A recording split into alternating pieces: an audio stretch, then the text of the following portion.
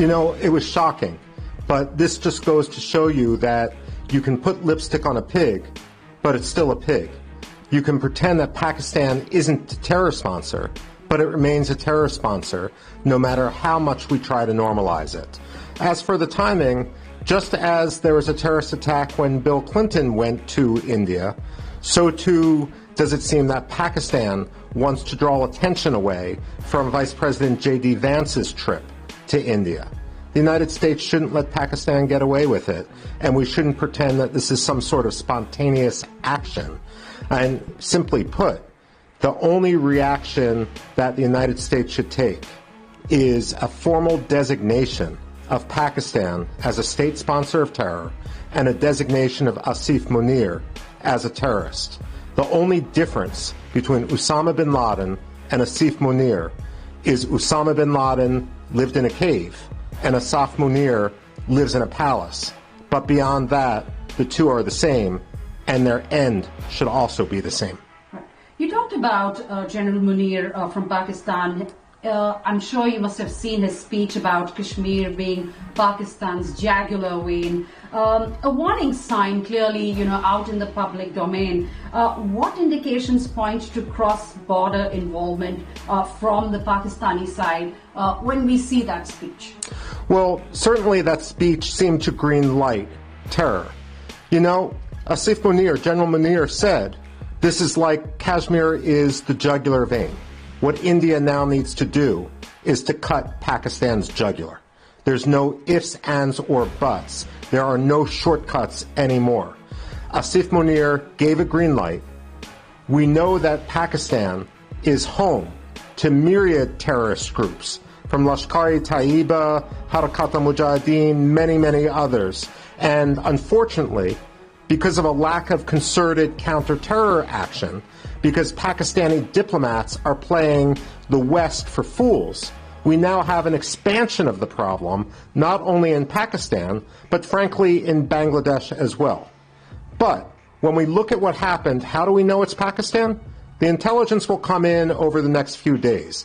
I'm sure that there's going to be some signals intelligence, there's going to be human intelligence, but we also know, both based on geography, based on precedent, and based on ideological swamp that is Pakistan's ISI, that they are logistically and ideologically the only country that is the suspect right now.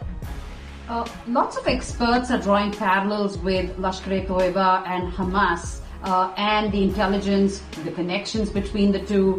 Do you see shared targeting tactics, specifically attacking civilians and targeting civilians of a particular religion?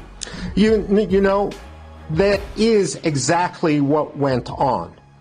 When we had the October 7th, 2023 massacre in Gaza, when we had the October 7th, 2023 Hamas attack on Israel, it was directed specifically against Jews, and not only against Jews, but among the most liberal Jews who were most prone to wanting peace and normalcy with the Gaza Strip, targeting a vacation resort, targeting, if you will, middle-class Hindus, is evident that the Pakistanis are trying the same tactic. Now, it should be no more successful for Pakistan than it was for Hamas, and frankly, it's now the duty of India to do to Pakistan and to Pakistan's ISI what Israel did to Hamas. It's time to wipe out the leadership of the ISI, to treat them as a designated terror group, and demand that every country that is an ally of India, every country that is an ally of the world's largest democracy, do the same. There should be we should stop embracing the fiction that the ISI is a legitimate military organization. We need to convince Washington that the ISI should be treated like Hamas in the Gaza Strip, or for that matter, like Qasem Soleimani, the head of the Quds Force in Iran. In fact, what I would say is if President Donald Trump, during his first term, can target Qasem Soleimani, the head of Iran's Quds Force, for his role in planning the murder of countless Americans, then there's no reason why Prime Minister Modi can't use the same example and demand that Asim Munir go the way of Qasem Soleimani. He should be one drone away from being permanently removed from the battlefield.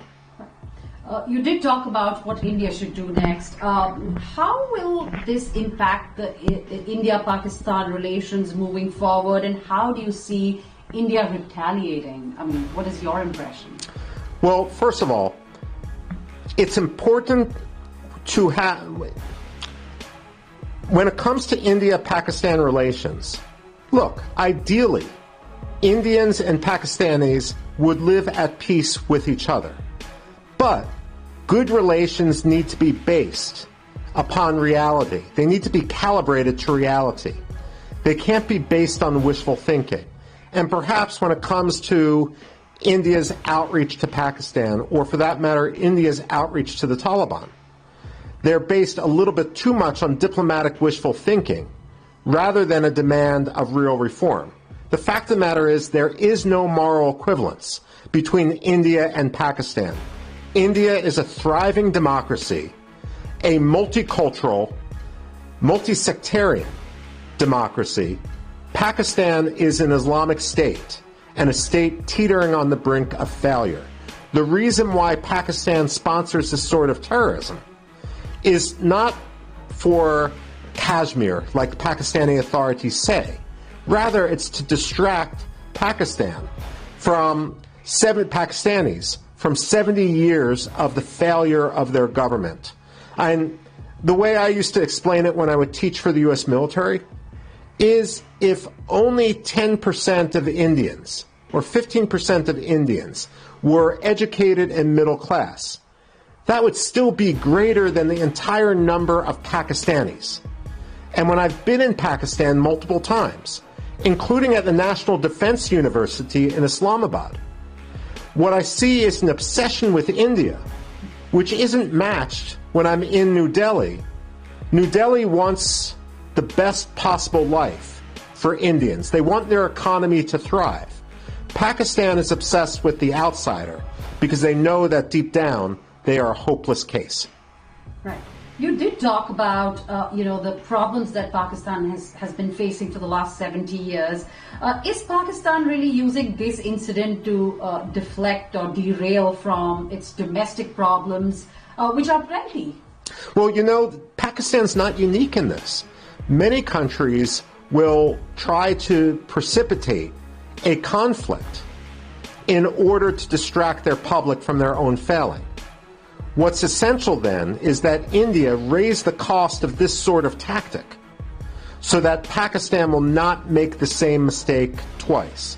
The fact of the matter is, while many people compare what happened in Kashmir with what happened with Gaza and Israel, the fact of the matter is, if India doesn't punish Pakistan and the ISI severely, then you're going to have a mass casualty incident that isn't numbered in the dozens, but is numbered in the thousands, such as we saw in Israel. It's essential that India step up without any sort of it's essential. 3, 2, 1. 3, 2, 1. When Iraq invaded Kuwait, Margaret Thatcher said to George H.W. Bush, "Don't go wobbly on me now, George." She understood that if there wasn't firm action in response to Saddam Hussein's aggression against Kuwait, that it would unleash a deluge of similar aggression elsewhere. Right now, Prime Minister Modi should be saying to President Trump, "Don't go wobbly on me now, Don." Now, Could this attack's timing also relate to Pakistan's recent FATF grey list removal? What do you have to say on that? Absolutely. Look, the problem with removing Pakistan from the FATF grey list is the removal was based more on a desire to diplomatically please Pakistan, to appease Pakistan, than it was based on the facts of the case. And this is the thing, unless you calibrate your policy towards reality, you're going to get burned. And the international community, diplomats involved in FATF designations, may want to have a nice cocktail party with their Pakistani counterparts, but this sort of virtue signaling in which they try to appease Pakistan, it only gets people killed. Now, how will, after Osama Bin Laden was found in Pakistan and now this attack, is India's neighbor returning to its terrorism epicenter reputation? Is Pakistan returning to its terrorism epicenter reputation? Frankly, it never left. Pakistan has long been the epicenter of terror. The question is, how many countries are going to join the axis, which is now centered in Islamabad? It is safe to say that if there is a new axis of evil, its headquarters are in Islamabad. Has the U.S. intelligence community identified likely perpetrators? And what's your take on President Trump promptly condemning this attack? And how do you see President Trump going forward, handling this situation in terms of the India-Pakistan issue?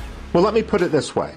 If the United States knew about this attack in advance, we would have done everything possible with our Indian counterparts to counter it. So right now I suspect the same thing is going on in the Central Intelligence Agency headquarters as is going on in New Delhi, and that is to look at what they missed and try to assign blame. And the list of suspects is actually pretty short.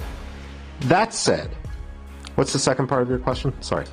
Talking about how would Trump handle this going forward? Okay. How would Trump handle this going forward? That's really the test.